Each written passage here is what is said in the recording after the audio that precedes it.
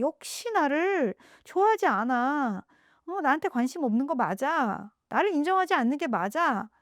결국 이렇게 관계는 이렇게 끝날 거였어." 이렇게 이야기하면서 결국 핵심 감정은 내가 그렇게 두려워했던 '아 혹시 이렇게 잘못되는 거 아니야? 나를 이렇게 보는 거 아니야?' 그 마음 그대로 관계가 흘러가게 되는 예언이 되는 것 같습니다. 그래서 이것이 우리가 벗어나야만 하는 핵심 감정의 굴레라고 할 수 있습니다.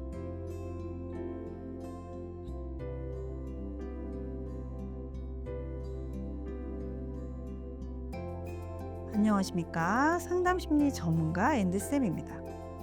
여러분은 최근에 언제 이런 경험이 있으셨나요? 누군가의 말 한마디에 하루 종일 마음이 무너지는 경험? 상대는 별 뜻 없이 한 말인데 나는 그 말이 계속 머릿속을 맴돌고, 나를 무시한 건가? 나를 소외시키는 건가? 나를 인정하지 않은 건가? 이렇게 마음이 극단적으로 흔들리는 순간들이 있습니다. 그런데 사실 이 문제의 핵심은요, 상대방의 말이 아니라 내 마음속에 이미 자리 잡고 있는 나의 어떤 취약한 감정 때문일 가능성이 큽니다. 오늘 오랜만에 핵심 감정에 대해서 이야기를 해보겠습니다. 요즘 핵심 감정에 대한 이야기를 별로 안 했는데요. 얼마 전에 이제 또 어떤 분이 말씀을 해주셔가지고 생각이 또 났어요. 선생님 영상을 보니까요, 제가 계속 힘들었던 이유가 뭔가 제 안에 있는 어떤 문제, 어떤 감정 때문이라는 것이 와닿았습니다. 이분의 말씀이 바로 핵심 감정에 대한 말인데요. 핵심 감정이 나의 정신, 관계, 삶 전체를 주관하고 있다고 해도 과언이 아닌 것입니다. 핵심 감정은요, 단순한 기분이 아닙니다. 한 사람의 삶의 기본값으로 작동하고 있는 부정적인 감정이라고 말할 수 있습니다. 사람에 따라서 인정받지 못함, 버려짐, 거절당함, 치심, 또 누군가는 무시당함, 이렇게 사람마다 각각 매우 다르게 아주 특별한 어떤 부정적인 감정이 마음 깊숙한 곳에 자리 잡고 있습니다. 어, 아주 어렸을 때 이제 만들어진 부정적인 감정인데요. 이제 그런 몇 개의 감정들을 핵심 감정군이라고 합니다. 우리는 이 세상을 이 핵심 감정이라는 렌즈를 통해서 해석하고 받아들이고 있습니다. 마치 붉은색 안경을 끼면 세상이 붉게 보이는 것처럼 말이죠. 예를 들어서 한번 설명드려 볼게요. 이의영 씨라는 분이 있습니다. 이의영이 누군지 아시나요? 요즘에 그 인기 드라마 효율적인 남녀의 만남인가? 아무튼 거기 주인공 이름. 네네, 요즘 제가 그분 예뻐해 가지고. 아무튼 이의영 씨, 그녀가 번아웃이 심해 가지고 상담실을 찾아왔어요. 그녀는 늘 타인의 인정에 목말라 있습니다. 상사의 칭찬 한마디를 들으면 세상을 다 얻은 것처럼 행복해했고요. 그런데 또 곧바로 또 더 잘해야지. 그래야지 또 인정받는 말을 듣겠지. 이렇게 압박감에 스스로를 몰아붙이면서 이제 완전히 지쳐간 것입니다.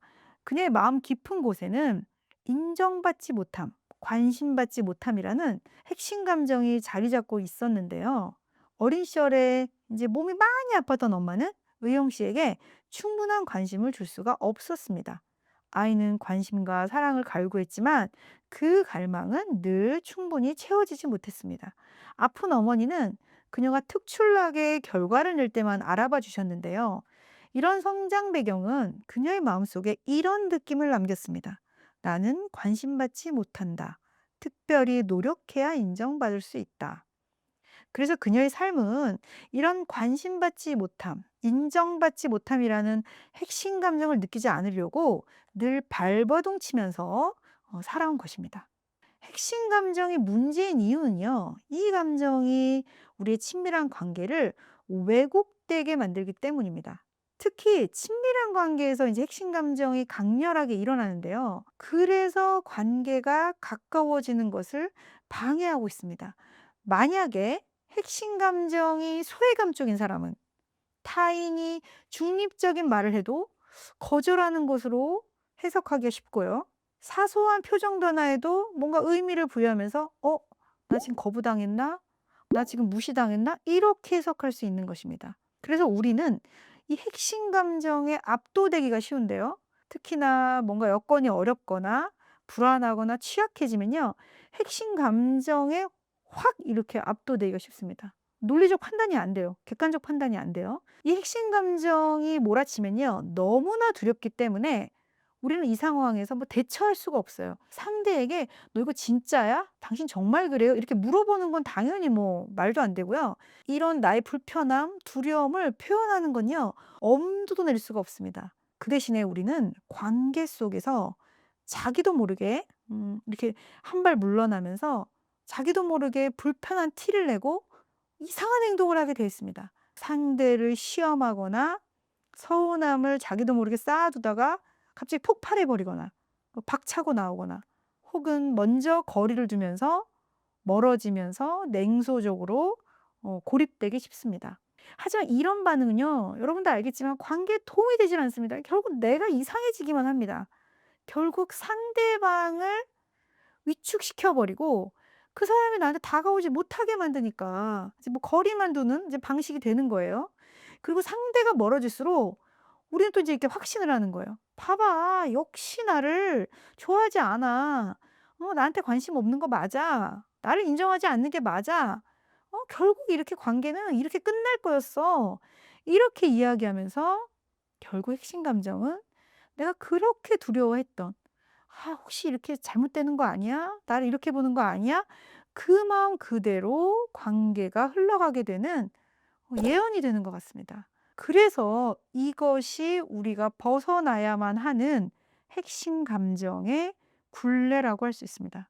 사실은 나는 사랑받고 싶었던 거고 그래서 두려웠던 건데 '아 내 마음을 전하지 못했구나.' 이러한 자기 마음속의 소리를 자기 자신도 놓쳐 버리게 되는 것입니다. 그럼 핵심 감정이 치유되지 않으면 친밀한 관계에 어떤 어려움을 주나요? 핵심 감정이 치유되지 않으면요. 무엇보다 사랑을 하는 것이 어렵습니다.